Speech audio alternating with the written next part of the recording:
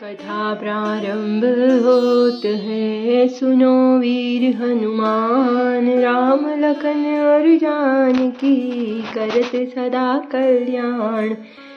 जय श्री राम। आज हम रामचरितमानस बालकांड में दोहा नंबर 203 श्रवण करेंगे।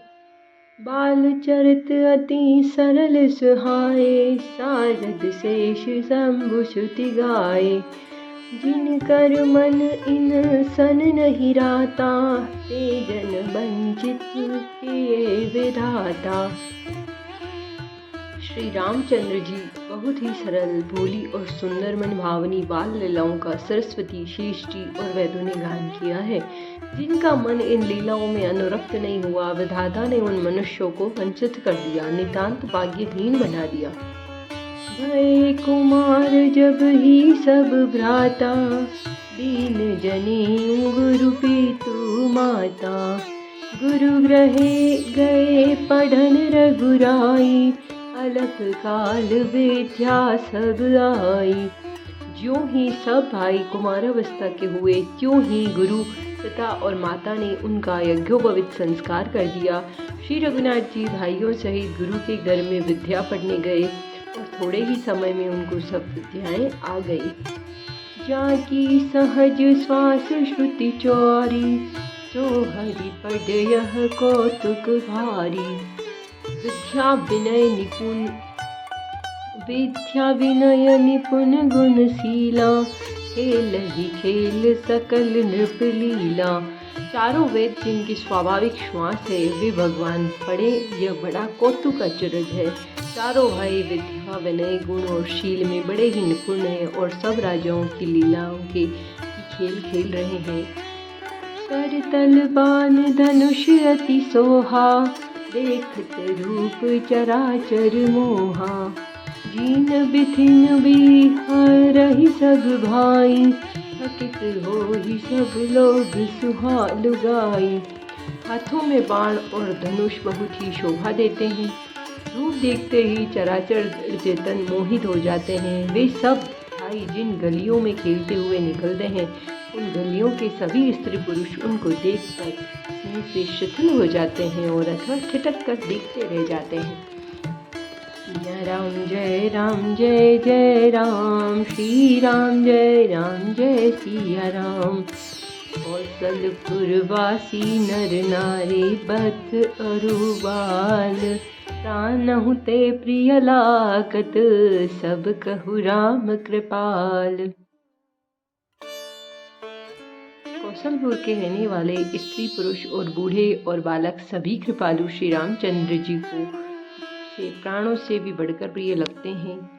बंधु सखा संग ले ही बुलाई, वन मृग यातित खेल ही जाई। पावन मृग मारहि जिय जानी, दिन प्रति नृप ही दिखावहि आनी। श्री रामचंद्र जी भाइयों और इष्ट मित्रों को बुलाकर साथ ले लेते हैं और नित्य वन में जाकर शिकार खेलते हैं। मन में पवित्र समझकर मृगों को मारते हैं और प्रतिदिन लाकर राजा दशरथ जी को दिखलाते हैं। जे मृग राम बाण के मारे, ते तन तज सुरलोक सिधारे। अनुज सखा संग भोजन करहि, मातु पिता आज्ञा अनुसरहि। जो मृग श्री राम जी के बाण से मारे जाते थे, वे शरीर छोड़कर देवलोक को चले जाते थे। श्री रामचंद्र जी अपने छोटे भाइयों और सखाओं के साथ भोजन करते हैं और माता पिता की आज्ञा का पालन करते हैं। यही विधि सुखी होहि पुरलोगा, करहि कृपा निधि सोई संजोगा। वेद पुराण सुनहि मन लाई, आप कहहि अनुजन समुझाई। जिस प्रकार नगर के लोग सुखी हो कृपा निधान श्री रामचंद्र जी वही संयोग लीला करते हैं। वे मन लगाकर वेद और पुराण सुनते हैं और फिर स्वयं छोटे भाइयों को समझाकर कहते हैं। रात काल उठे के रघुनाथा, मातु पितु गुरु नावहि माथा। आय सुमांगी करहि पुर काजा, देखि चरित हर्षहि मन राजा। रघुनाथ जी प्रातःकाल उठकर माता पिता और गुरु को मस्तक नवाते हैं और आज्ञा लेकर नगर का काम करते हैं। उनके चरित्र देख देख कर राजा मन में बड़े हर्षित होते हैं। जय राम जय जय राम, श्री राम जय सिया राम। व्यापक अकल अनिध अज, निर्गुण नामन रूप। भगत हेतु नाना विधि, करत चरित्र अनूप। जो व्यापक है, अकल है, इच्छा रहित है, अजन्मा और निर्गुण है तथा जिनका न नाम है न रूप है, वही भगवान भक्तों के लिए नाना प्रकार के अनुपम और अलौकिक चरित्र करते हैं। यह सब चरित्र कहाँ मैं गाई, आगे कथा सुनहु मन लाई। विश्वामित्र महामुनि ज्ञानी, बसहि विपिन शुभ आश्रम जानी। यह सब चरित्र मैंने गाकर बखान कर कहा, अब आगे की कथा मन लगाकर सुनो। ज्ञानी महामुनि विश्वामित्र जी की वन में शुभ पवित्र स्थान जानकर बसते थे। जह जप यज्ञ जोग मुनि करही, अति मारीच सुबाहु ही डरही। देखत यज्ञ निशाचर धावही, करही उपद्रव मुनि दुख पावही। जहाँ वे मुनि जप यज्ञ और योग करते थे, परंतु मारीच और सुबाहु बहुत डरते थे। यज्ञ देखते ही राक्षस दौड़ पड़ते थे और उपद्रव मचाते थे, जिससे मुनि बहुत दुख पाते थे।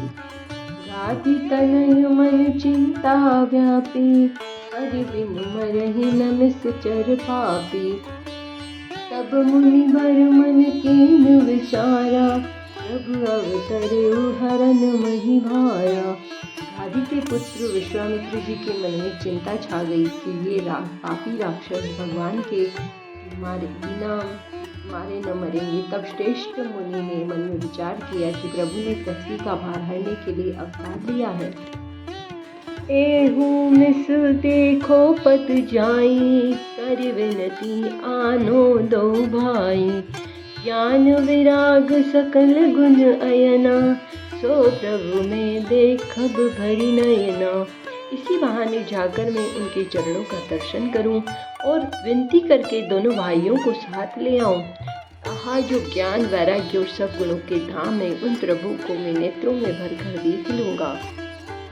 जय राम जय जय राम, श्री राम जय सिया राम। बहुविधि करत मनोरथ, जात लागी नहीं बार। परिमज्जन सरऊ जल, गए भूप दरबार। बहुत प्रकार से मनोरथ करते हुए जाने में देर नहीं लगी। सरयू जी के जल में स्नान करके वे राजा के दरवाजे पर पहुँचे। मुनि आगमन सुना जब राजा, मिलन गयौले विप्र समाजा। करि दंडवत मुनि सन्मानी, निज आसन बैठा रिन आनी। राजा ने जब मुनि का आना सुना, तब वे ब्राह्मणों के समाज को साथ लेकर मिलने गए और दंडवत करके मुनि का सम्मान करते हुए उन्हें लाकर आसन पर बिठा दिया। चरण पखारी कीनी अति पूजा, सो मम सम क्षमा चाहती हूँ हे प्रभु मौसम आजु धन्य नहीं दूजा। विविध बाति भोजन करवावा, मुनि बर हृदय हर्ष अति पावा। चरणों को धोकर बहुत पूजा की और कहा कि मेरे समान धन्य आज दूसरा कोई नहीं है। फिर अनेक प्रकार के भोजन करवाए, जिससे श्रेष्ठ मुनि ने अपने हृदय में बहुत ही हर्ष प्राप्त किया। मुनि चरणनि में ले सुत चारी, राम देखी मुनि देह विसारी। भये मगन देखत मुख शोभा, जनु चकोर पूरन ससिलोभा।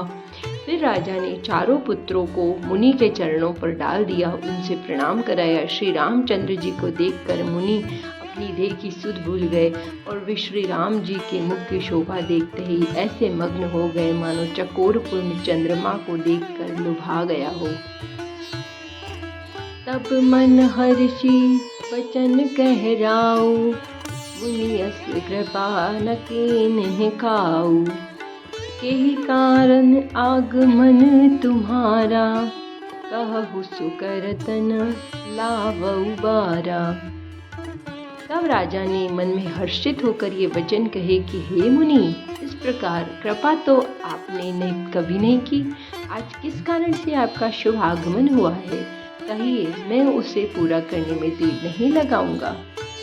असुर समूह सतावहि मोहि, मैं जाचन आयऊ नृप तोहि। अनुज समेत देहु रघुनाथा, निशिचर वध में होव सना था। कथाव परिजन होत है, सुनो वीर हनुमान।